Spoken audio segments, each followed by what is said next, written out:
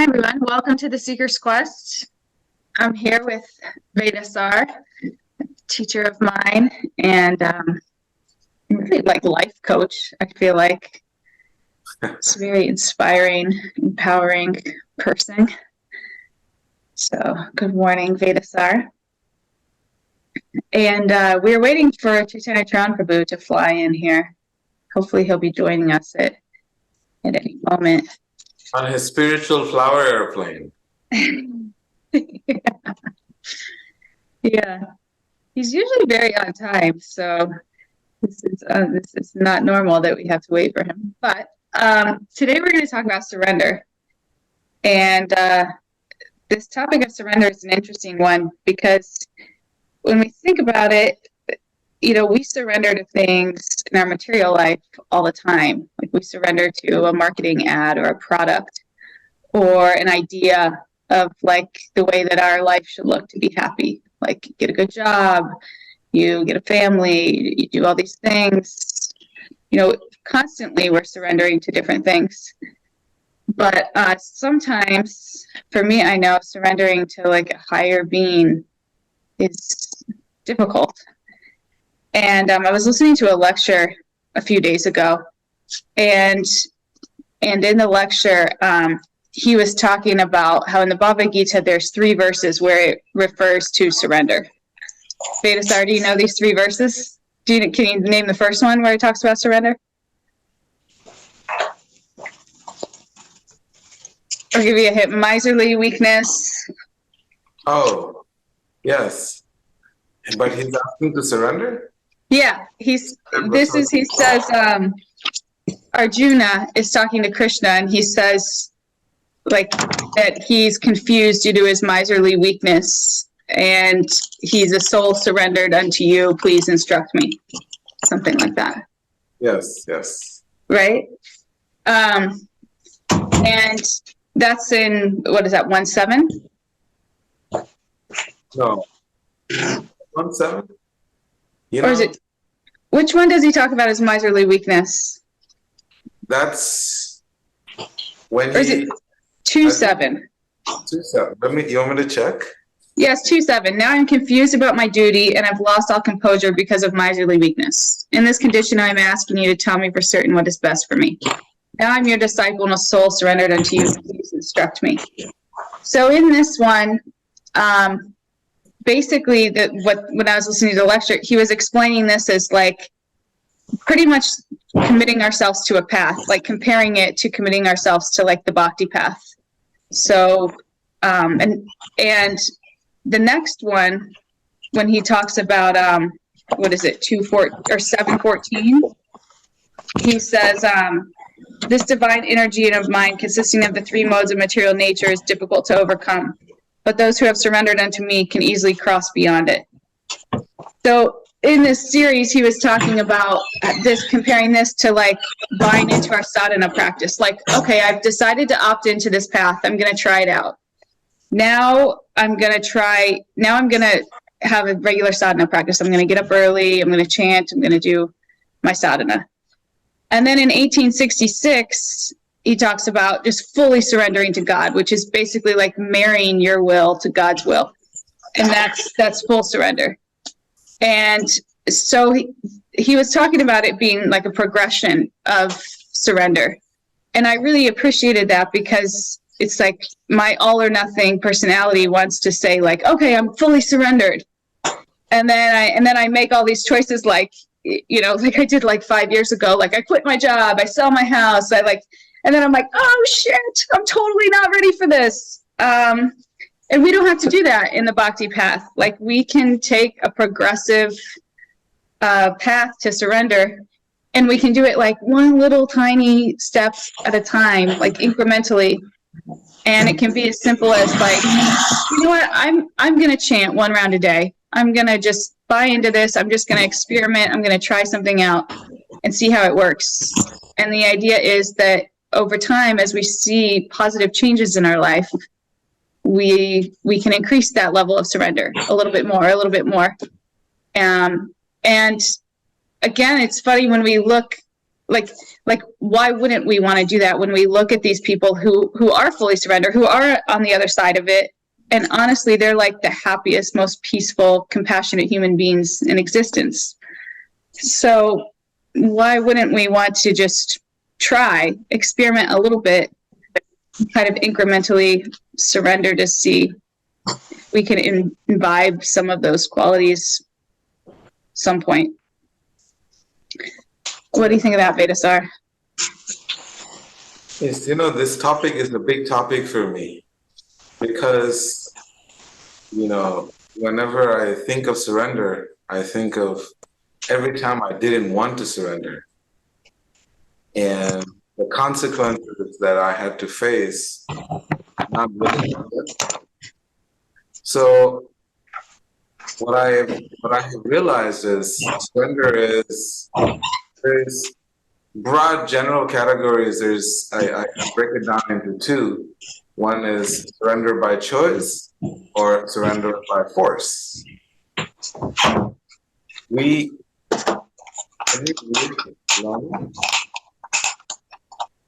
don't want to interrupt you. What? Yeah, maybe if everybody could put their I think Lenny, can you put your on mute? Thank you. Sorry to interrupt you. So there is surrender by choice and there is surrender by force. By the fact that we are in this material world. Oh, Chaitanya is coming in. We have to submit to someone or something. There was an old Bob Dylan song that one of my students used to sing to me every time I talked about this topic. You gotta serve somebody. Does anyone knows that song? Yeah. Is it a Bob Dylan song? I think so, but I think it's before my time, so I actually don't. Way before my time. But it's something about you gotta serve somebody. Yeah, something like that. And I just remember that line, and I just kept thinking to myself, I have the option to actually serve Krishna, to serve God, to serve the divine. Or I can choose not to serve him, and somehow the nature, the law, the universal order is going to force you to surrender to something. And the word surrender sometimes is to surrender to your crazy mind. And it can take you for a crazy ride. And sometimes the ride is just so harsh that it forces you so hard that there's a huge conflict within you. And then you get into this major mental breakdown of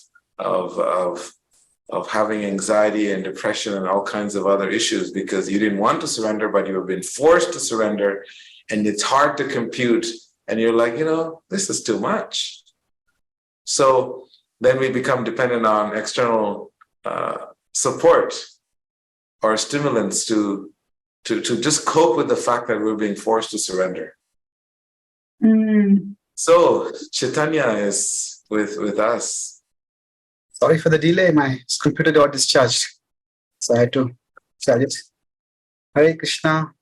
Hare Krishna, we've missed you, Chaitanya Charan. Yeah. We're just yakking it. We're just yakking it out. So we're coming to the end of the Bhagavad-gita now. The Bhagavad-gita, we have been discussing it for this 18 sessions now, more than that, because we also had some other topics being discussed. But at this point, we are going to discuss one of the concluding verses. Did we read the translation and everything? Oh no, we just shared. I shared, and then Vedasar shared. So, we need you to step in and give us some structure here, Prabhu. Yeah. What verse are we doing?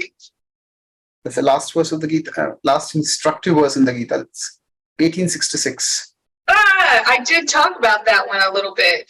So we're kind of there, but I didn't read it. So we can. This was the last one in the series of 3 that I just referenced. And it's about full surrender, basically. Vedaji, you want to recite it? Sarva Dharman. Okay, before we begin. Om Namo Bhagavate Vasudevaya. Om Namo Bhagavate Vasudevaya. Om Namo Bhagavate Vasudevaya. Reading from Srimad Bhagavad-gita 1866. Sarva Dharman Parityajya Mam Ekam Sharanam Vraja Aham Tvam Sarva Papebhyo Moksha Ishyami Masucha. Abandon all varieties of religion and just surrender unto me. I shall deliver you from all sinful reactions. Do not fear. Yeah. Wasn't this verse like the most quoted by Prabhupada or something like that? Is that true? Yes, among the most important verses in the Gita. Now, in this session, I'll try to do a quick overview. It's difficult to do an overview of 18 sessions, but we'll try to see where we have been going. You know, the Gita, it's 18 chapters, and it starts with the original character having a dilemma, what to do. And that reaches the question of dharma. Dharma is essentially the right thing to do. Right thing is the responsible thing, the virtuous thing, the thing that will bring the best results. So, and then in answering this question, Krishna, as the speaker of the Gita, this is an ethical question. In answering the ethical question, Krishna goes into what we can call as ontology. The branch of philosophy deals with the nature of reality. So, to understand what is the right thing to do, the first thing is what exists. And there, what exists, he talks about who we are. And after discuss who we are, then the Gita goes into yoga, that is, what is the way to connect with the ultimate reality. And then it is, after describing various yogas, which we didn't go into too much,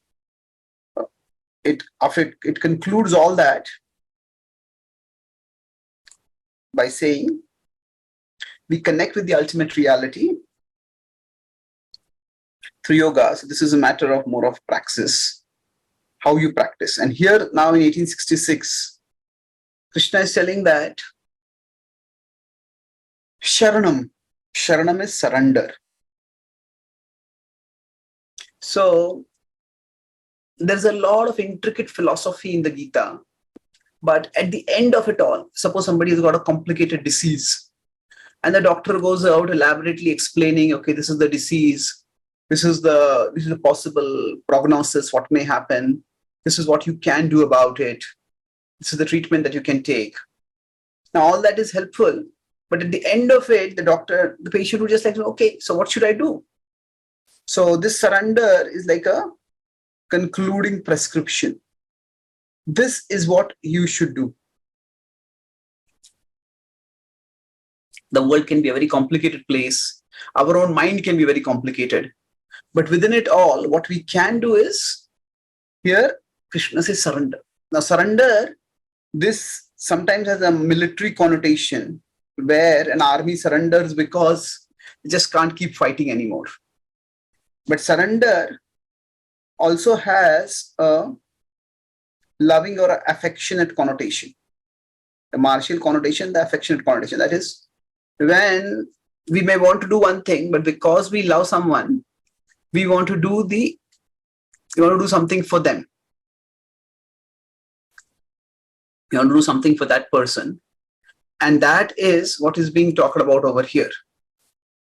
That we do something for the divine, which is revealed here to be Krishna. It's an expression of loving surrender. And that loving surrender is the theme of this particular chapter. So now this is not out of inability. It is not that I have nothing to do or I can't do anything else, therefore I will surrender. No, it is because I trust you, I love you. I want to do that which will please you. So that is the mood of loving surrender over here. And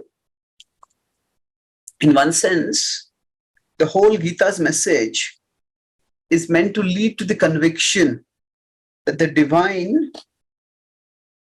is our greatest well-wisher, that there is a higher plan going on in the world, and that plan is ultimately for our good. So if there is a higher plan going on, say going back to the medical metaphor, if there is a pandemic and we want to help, but we really don't know how to treat or how to help anyone. But if there's really a top-notch expert who knows their business, then they engage us. Okay, you do this, you give this medicine over here, you give this treatment over here, do this over here, do that over there. So that will not only treat us, but that may also make us healthy enough so that we can help others heal. So that's just one way of looking at it. But the idea is that this verse is talking about surrender from that perspective. That because the divine is our greatest well-wisher, so cooperating with the divine, serving the divine, surrendering to the divine is in our greatest self-interest. It will lead to our greatest welfare.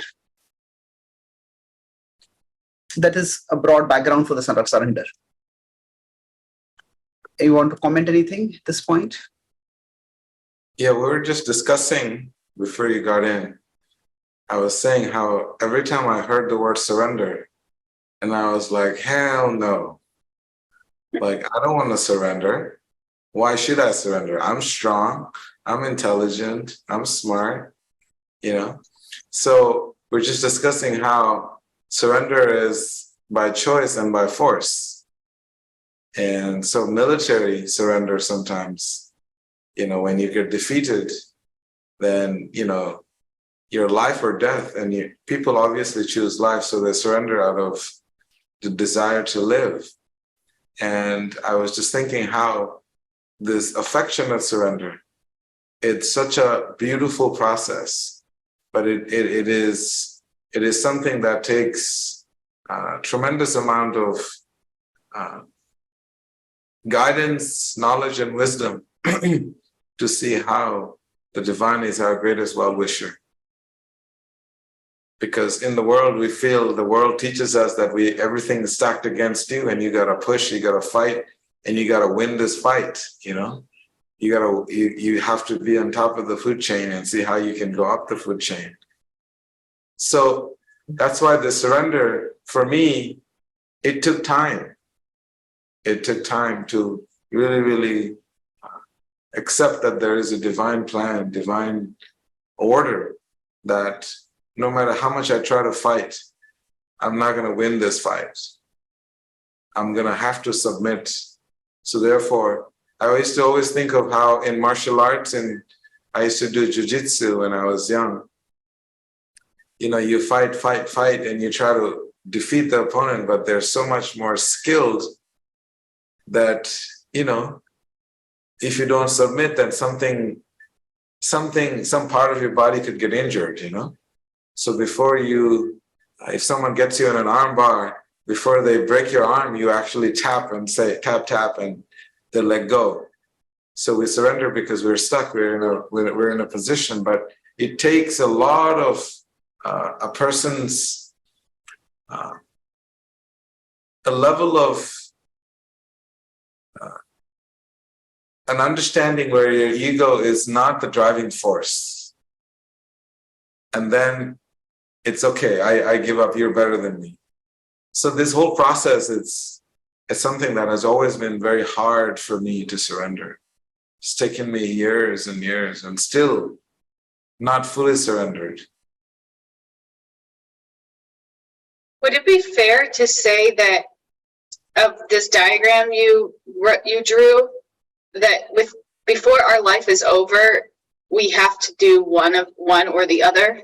Like, ultimately we have to, if we can't develop this affectionate surrender and surrender out of love, the modes of nature are going to force us to surrender out of, in a more abrupt, harsh way, right? I mean, it's unfortunate, but it's true, right? Like we will all get diseased, everything will be taken away from us. So we can either try to cultivate these things now and do it in a loving way, or it will happen, right?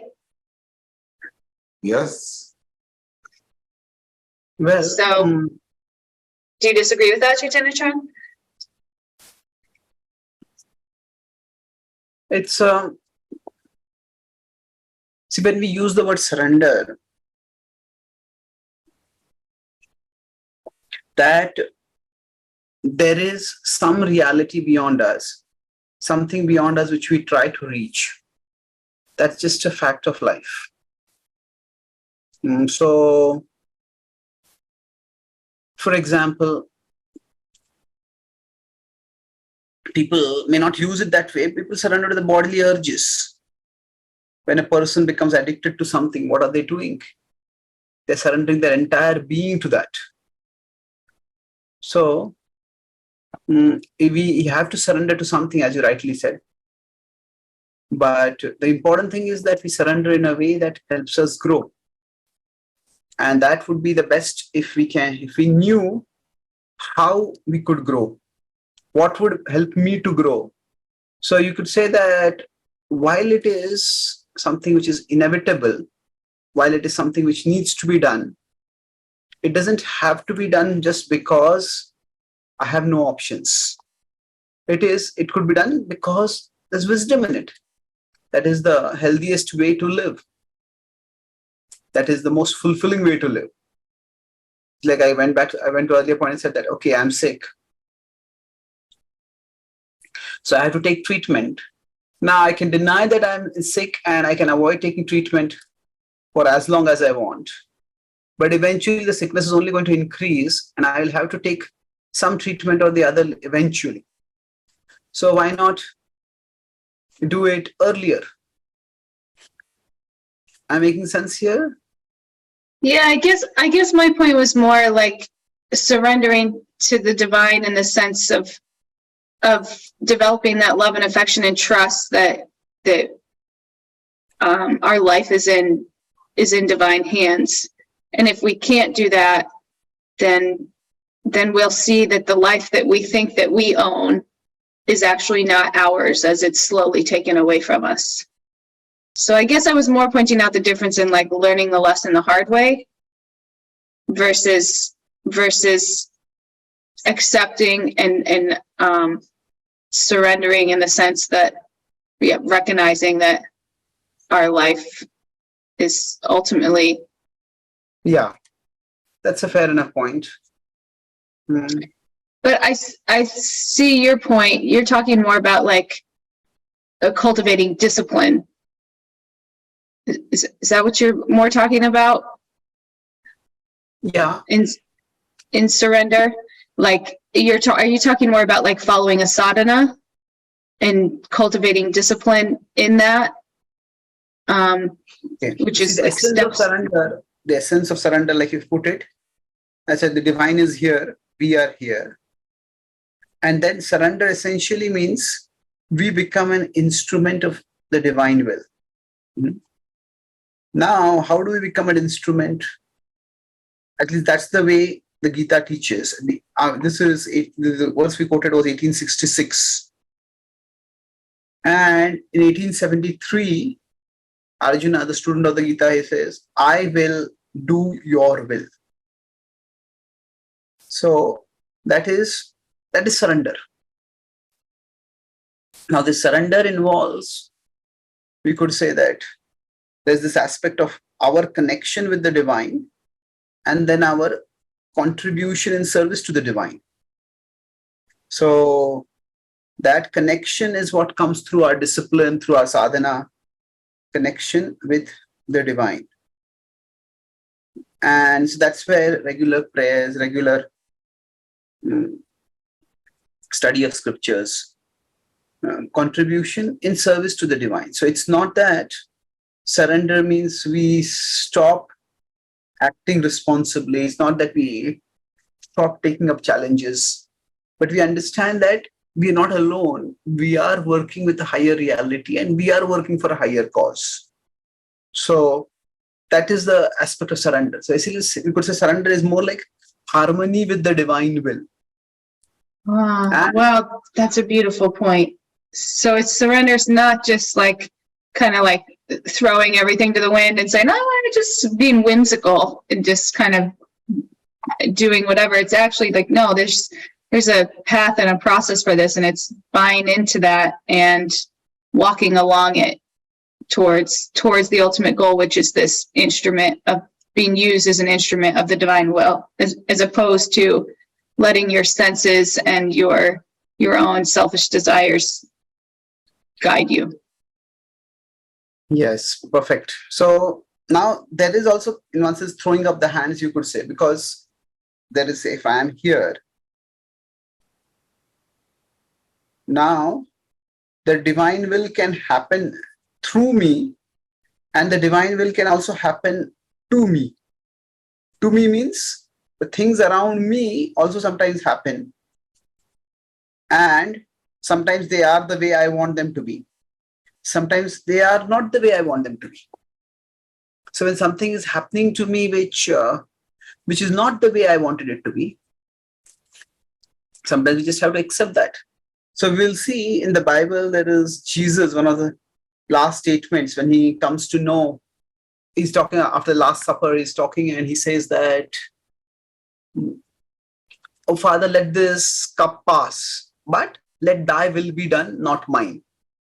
Mm-hmm. So he's anticipating that he's going to be killed the next day. And at that time, what was expected was that the way to kill respectable people was to give them a poison cup. That's how Socrates was killed. So let the cup pass. But then finally he says, "Let thy will be done, not mine."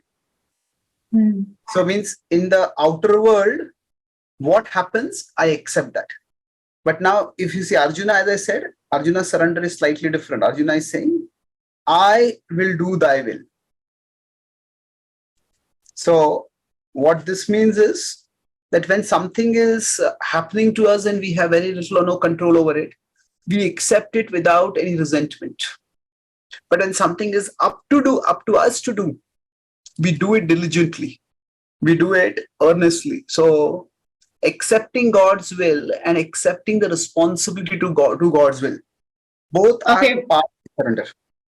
Okay, can I throw out a couple of examples? You could tell me if this is right. So on the diagram you have above, when you talk about to me, things that are happening to me, that would be like I moved to Philadelphia for a job, and the job didn't work out within like the first month that I was there, but I met my husband the first day I was there.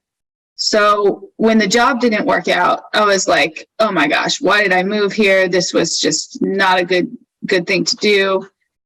And it was just really questioning, like this was, and then I met my husband and I was like, "Oh, okay, I guess that was the plan." So it's kind of like accepting that like we don't have broad enough vision because we're just part and parcel. Our vision is like this big compared to the infinite. So it's like accepting that because our vision is not that broad, sometimes we can't see the reason or the rationale behind the way that our life is shifting, but trusting that it's in God's hands and he does. And then oftentimes in like retrospect, we can see, oh, wow. Like for me, like, wow, okay, I met my husband the first day I was there. I didn't even live in Philadelphia, but I just moved there, met my husband, and moved somewhere else. So now I kind of see it like that, that was God's hand in that. Would that be something like accepting God's will? Yes, definitely. It's a nice. Okay, and then sorry, what are you saying? That's a good example. And then something like, yeah, please go ahead. I don't know if I'm interrupting you or if no, please go ahead. Yeah. accepting our responsibility to God's will, would that be like, as a bhakti practitioner, like I've decided to follow this path? Does that mean kind of surrendering, like, okay, now I'm going to offer my food to God before I eat it. Now I'm going to chant some names of God throughout the day. Now, would it be kind of like that? Exactly, yes. Okay, because for us, like, we don't necessarily know what God's will is, right? It's more about, for us, it's more about trying to let go of our attachments and our own will so that it can move out of the side, so that then we can be influenced more by God's will and not so much our own, right? Isn't that more of the practice for us? Whereas like Arjuna, he was very much so instructed by Krishna. But for us, it's like, best we can do is get rid of our ego covering so that we can actually let God's hand in our life. Yeah, somehow I find that the term ego, while it is very, in one sense, it's very important to not let our ego come in the way, but sometimes the word ego can be used very easily to trample on someone's individuality. If I have the inspiration to do something, say just your ego speaking. So, in general, anybody who's in religious authoritarian powers have always used the idea of ego to impose their will on their subordinates. So I just don't like to talk much about the ego. At an individual level, we can make out the ego very easily. If somebody just is trying to put on air, somebody's trying to crave to be the center all the time. But the ego and the individuality, we all have our individuality, and the Gita is very clear that our individuality is to be retained. It is not something which is something which is bad. Now, of course, you could say that there is the pure soul, and around the soul there are various coverings, one of which is coverings around the soul. And one of those coverings is the covering of the ego. So now we do want to go beyond our ego, but we could say that if I am this is the self, we all have a higher side. There is a part of us which wants to act nobly, which wants to act respectfully, respectfully, responsibly. And there's a part of us which wants to be exploitative, which wants to be manipulative, which wants to be selfish. So, in one sense, the higher side within us, that is in some ways a manifestation of the divine will. Not always or entirely, but if I'm in a problematic situation right now and I don't know what to do in that situation, so what do I do at that time? Well, I could just wait for some inspiration to come that, okay, this is what God wants me to do. But or if I understand that God is my greatest well-wisher and God wants things to be better, then I ask myself the question, okay, what can I do to make things better in this situation? We do it in the sense of humility, a sense of acknowledgement that we are not in control. So we could say surrender, it is expressed through service attitude. And service attitude, if we have a directive, deliberately using that word, directive, that this is what we should be doing, that's great. But that doesn't always happen. So then, if that is not there, what can I do to make things better? How can I make things better in this situation? Maybe if the first thing I can do is stop being resentful, stop being bitter, and try to see the positivity in the situation. So if you see, Arjuna had to fight a difficult war, and that there's no miraculous solution that comes for him by which he doesn't have to fight the war. He still has to fight it. And he continues. So we use our best intelligence to try to find out what can we do in that situation, and we act accordingly. And that way we move forward. How does this diagram connect to the one right above it, Which one? where you said higher side, lower side? Yeah, so this, how can I make things better? That is what my higher side tells me. Okay. My lower side will be just feel sorry for myself, will be resent, blame. Okay, so once I accept, okay, this is the situation I am in. Now, how can I make the best out of the situation? How can I serve in this situation? So one idea of one aspect of surrender, of service attitude, is that we accept the limitations that we are in, but within the limitations, we do the best that we can. So,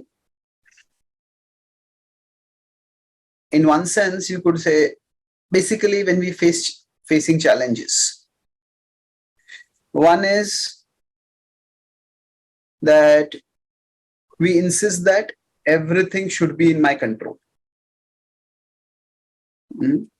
Now, that is clearly an unsurrendered attitude. And it's not only unsurrendered, it's unrealistic. We will never have everything in our control.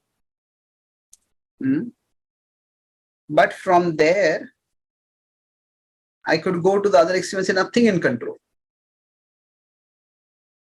If this happens, then now this is an irresponsible attitude, because that is not the way we function. So we could say, so what is in my control? That I accept the responsibility to do the best that I can. What is not in my control, I leave it to the divine will. So this is what we say, diligence for what is in control, things in control, and dependence for things out of control. So our Vedaji seems to be surrendered to both of us.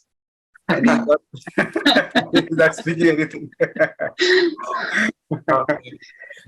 My issue with this whole thing of surrender, because it's so heavily misused by every possible religion, every possible group, to exploit and plunder the human spirit and the human resources and human abilities. So I'm always very careful with this whole thing of surrender. So in what you're saying now is starting to make more sense, because to me, I believe that if people could surrender to life, and then when they surrender to life, they will realize that there's something greater than this life. Because if we don't surrender to life itself, how can we know that there's something greater than life? Because a lot of the times I have noticed sometimes people try to surrender to God and they forget themselves in this idea that it's selfless service to God. And so the spiritual bypass is something that I've noticed that happens quite a bit in spiritual and religious groups. So somehow, if we can also discuss that part, this part where you just mentioned facing challenges, I think this kind of illuminates on that particular topic. But possibly we could dig a little deeper, because yes, surrender to the divine and just give it all you got, and just, that's the real deal, because it's you and God and you need to have that connection. Yes, no doubt. But the middle portion, when the pendulum comes to the middle, is the part that I really, really think is very vital. Diligence in things that are in our control and dependence on things that are out of our control. So Prabhu, the way you are discussing, I have to shift this podcast from diligence to dependence now. So it's like tennis.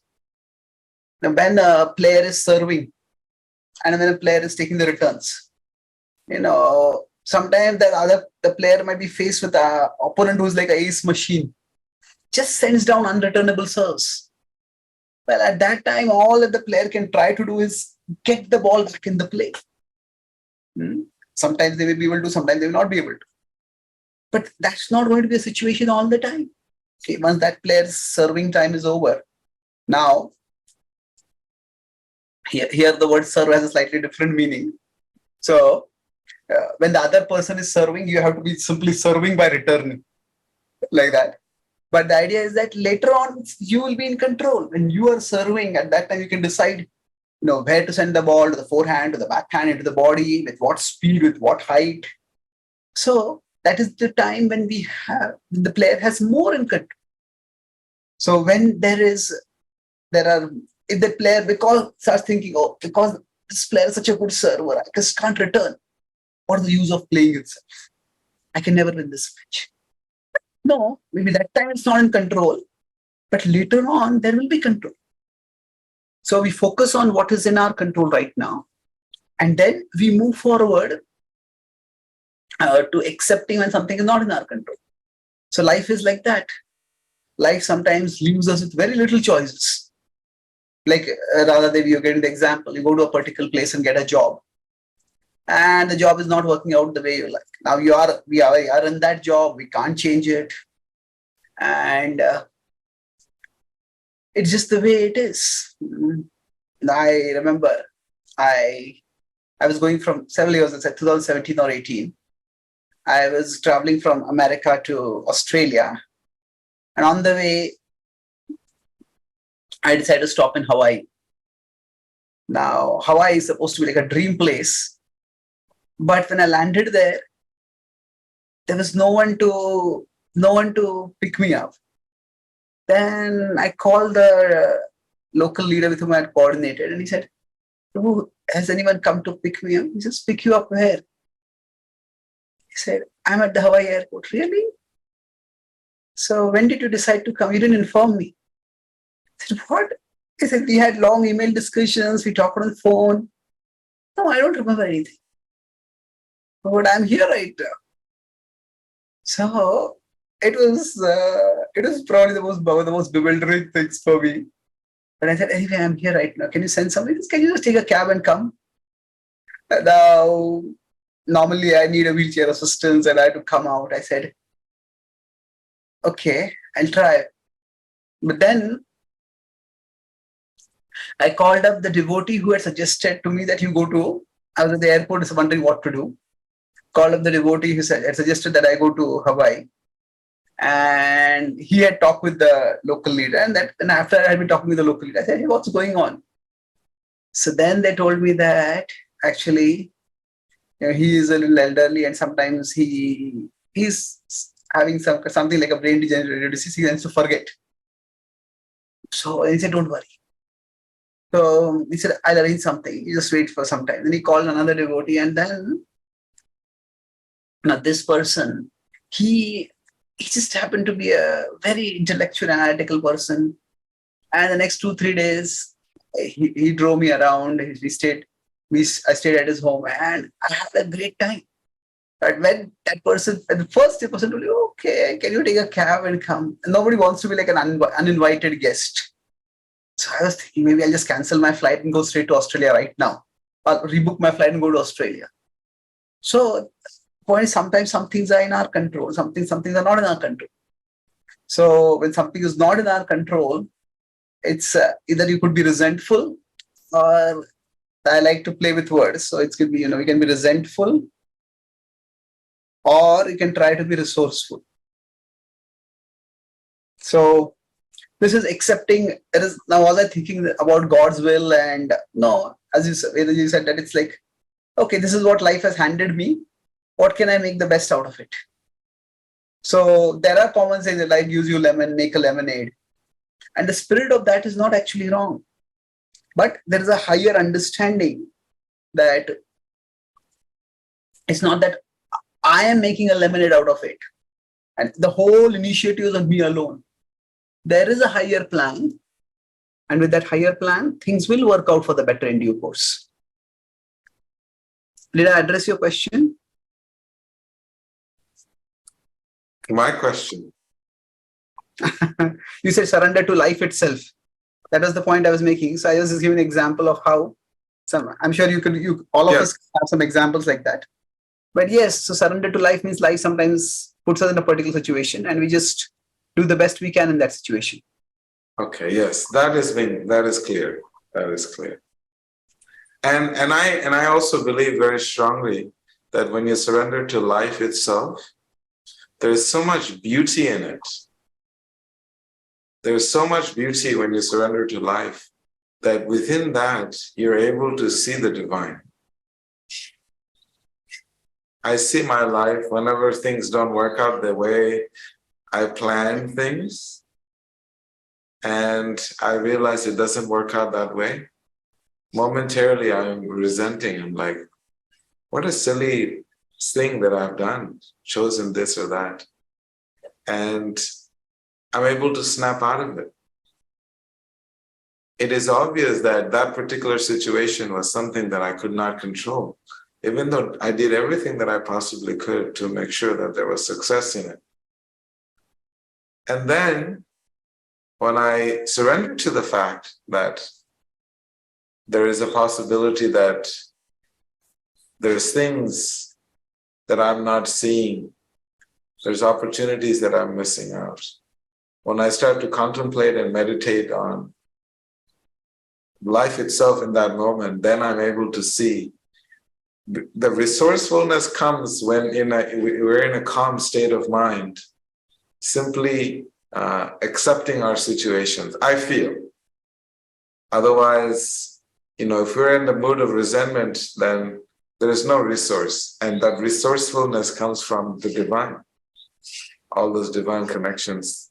And that's how I see life. And then within that resourcefulness, you get to feel the divine love. From randomly, someone will say, yes, I am so happy to serve you. And you're like, what? I didn't even know that, you were free to do this. But somehow situations work out. That word, Bhaktivinoda Thakur, faith that the divine will always be there to protect you and take care of you. So that's something that happens when we switch from resentful to resourceful, and then to, divineful. Maybe there's another word or something you can come up with. Because I think there's another stage after resourceful. Because then I feel, okay, Krishna is there. Somehow I've been taken care of. It's kind of like in the resentful phase, you're like kind of like drowning. And then in the resourceful phase, you're like, oh, wait, I can swim. And then you get the Krishna current and it's like, it's just taking you. Like that? Yeah, something of that nature. Because resourceful, yes, but I still feel like it's within my control. Yeah, definitely. Say, like if you go back. But I don't realize that there's someone else is helping to control the situation to make it comfortable for me. So resourceful is primarily for the diligence part. Beyond that, there is a dependence part also, which is there. And that dependence part involves recognizing that there are things are working in their own way, and there are things which are right in my life also. So we work from that perspective also. So for example, now I would say beyond resourceful, or along with resourceful, rather than beyond it, there's always something to be grateful for.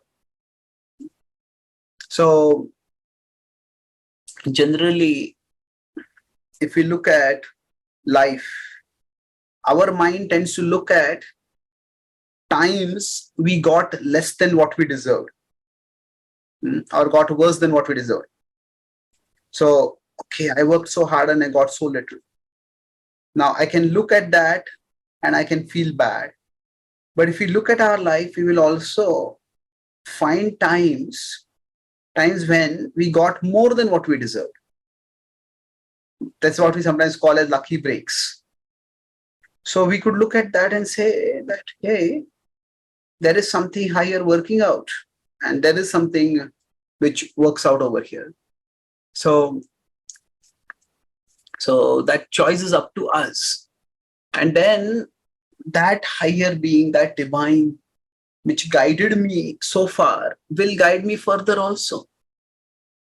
So let me just be diligent. Let me just be persistent. And if I do that, I think so the gratitude is a very important part. I understand where you're coming from, where you say that I understand, we look for resourcefulness. What resources I have, I am using them. But beyond that, it's not just I being resourceful, but there is more to life than I being resourceful. There is things which are beyond my control, but they're also working out sometimes in the way that is better than what I could have planned. Am I addressing your point, Prabhu, again? Yes. I have this weird line that I use sometimes. Someone asks me, how is your life? When people ask me that question. And I often think of how I'm so fortunate and so privileged to have this human birth to engage in divine work. So I always I sometimes tell people who are my friends that how is life? I say I have it better than I deserve. So you says get more than what you deserve. Because I always feel that human life is such a privilege. So, but I see what you're getting with this resentful, resourceful, and understanding that there is a divine component to this.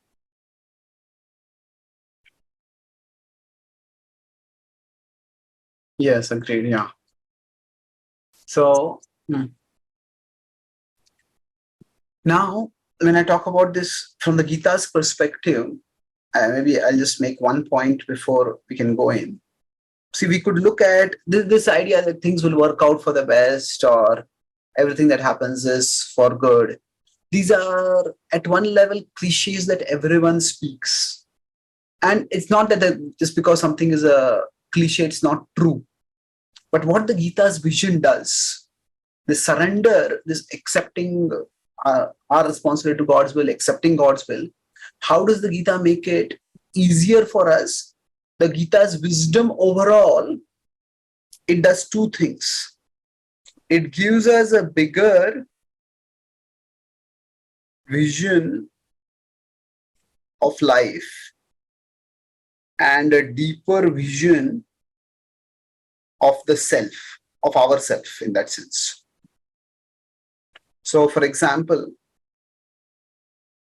if I consider this to be one life, it's birth and death. So what the Gita says is that death is not the end. Death, normally we think of it as a termination, but it's not a termination. It's simply a transition. We transit to another level of existence. So when we understand the extent of life, that yes, say Krishna tells Arjuna, you have to fight, and in this fight there'll be violence. But everybody is a soul, and everybody is going to continue on their spiritual evolution beyond this life. So when this ends, there is, you could say, B1, D1. So we may not always see how something good works out for us by our limited vision. Sometimes we see it maybe after a few months, sometimes after a few years, sometimes after a few decades. But we will see it. So that bigger picture, that bigger vision of life gives us a greater basis for acceptance. And then the deeper vision of the self, you discussed this earlier, that there's the body, the mind, and the soul. So something may be not so good for me at the level of the body. Something may not be so good for me at the level of the mind. But that doesn't exhaust who I am. So something may be distressing at these levels, but that same thing could be awakening at the level of the spirit. That same thing could actually lift me up and raise me and empower me spiritually. And if that is happening, then that is something which is it is wonderful. It's something to be accepted and celebrated. So that's what this understanding. So to understand God's will, the length and breadth of existence, or not breadth, you could say depth of existence. So what the Gita is doing through its philosophy, it is explaining that surrender, the idea of surrender, it is enhanced or it is boosted when we understand the length and breadth of existence. And yes, there is a divine plan. That divine plan is working at various levels in my life. And therefore, even if I don't see it working at one level, that doesn't mean it's not working at all. Does that address? Yes, thank you. This was good. That's a beautiful point. Really like that point. The one you just made with the body, the mind, the soul. Like, I think actually of something you shared earlier, and like when you got polio when you were a kid, and you thought like for a lot of people that could be really bad because you're handicapped. Is that they're disabled or is that okay? But it really, a couple of people had told you that you were going to be really intellectual, and that was going to make up for what was lost in your body. And in that way, it almost like you really, really developed that intellect muscle. Is that, I know that's yours, but that's just what I was thinking of. Yes. Thank you. I had mentioned that earlier. I was thinking of mentioning it, but I don't want to repeat that.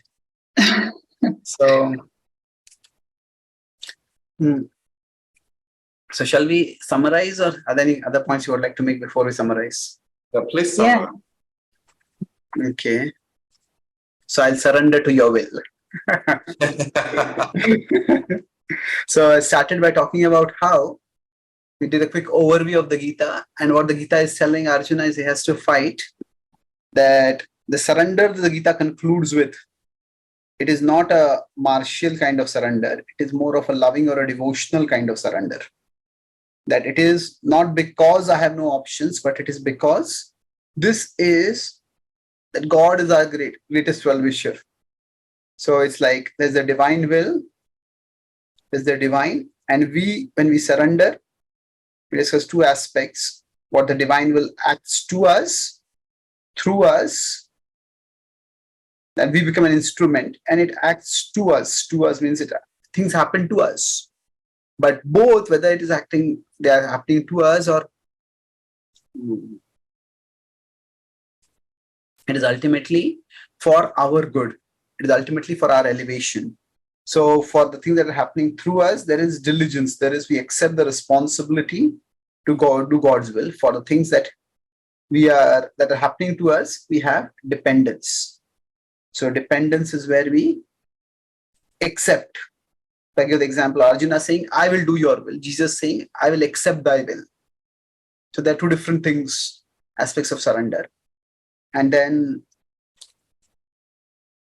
within that, we discussed about how, when we are talking about surrender, the key principle is that it's our higher self. It's like a service attitude. How can I make things better?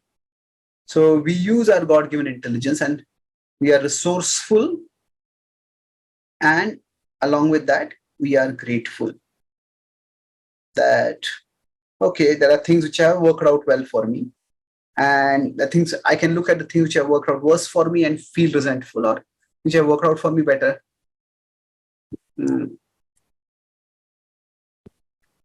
So here it will be.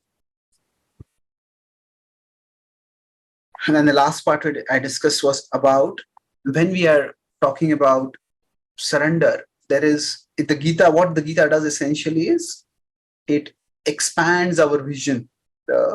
We understand the length of our existence is bigger and the depth of the self is bigger. When both of these are there, then we can have a greater surrender, can become more intelligible.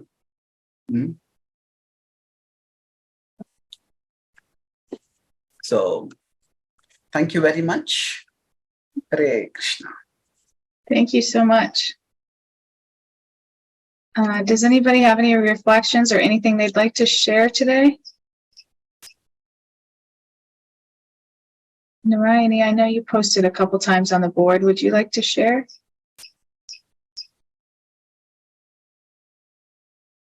So I was just reflecting as you were speaking about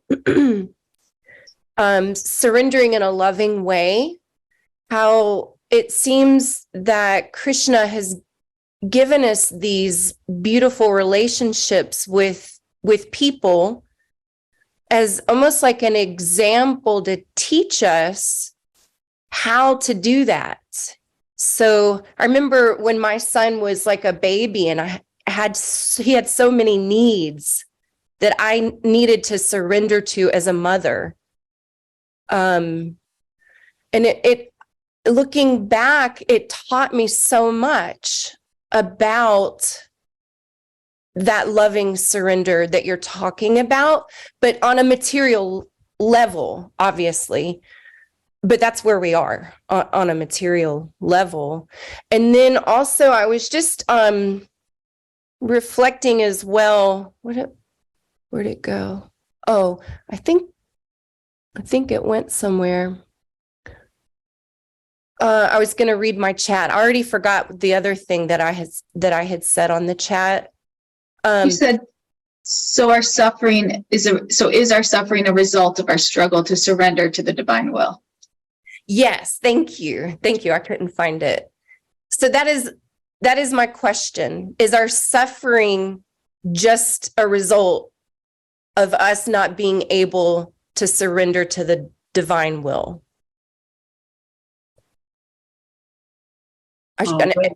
Yeah. Yes and no. I mean,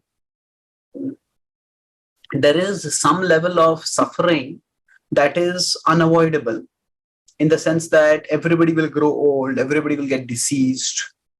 But the magnitude of the suffering, it depends on how we respond to it. If now how do you really define suffering also? One way of defining suffering is that things happen opposite to the way we want them to. I want to have good health and I have bad health. I want to have financial stability and I don't have that. I want to have good relationship and I just have a break. The things happening opposite to the way we want them, then that's suffering. But so we grow old, we fall sick, that's suffering at one level. So the things happening opposed to the way we would want them to happen, if we define that as suffering, at that level, suffering is unavoidable. It's not just a matter of our not being surrendered. Even people who are surrendered, they will have some things happening because surrender also means taking responsibility. So I would like to serve in this way, but it's not working out. Okay, I accept that. But because we are not too attached to our plan, it's like this is there's an important thing. Because I am here. This is my particular plan. Even in surrender, we can make a plan. This is how I would like to serve. That's a diligence part. But my attachment, my devotion to God is greater than my attachment to my plan. And that is why, okay, if this doesn't work out, okay, what do you have in store for me? What is your plan for me? We can accept that with greater ease, or you could say not ease, lesser difficulty. And in that sense, suffering will be lesser. Does that make sense? Yes. So thinking of suffering on different levels of suffering. Yes, exactly. True. Thank you.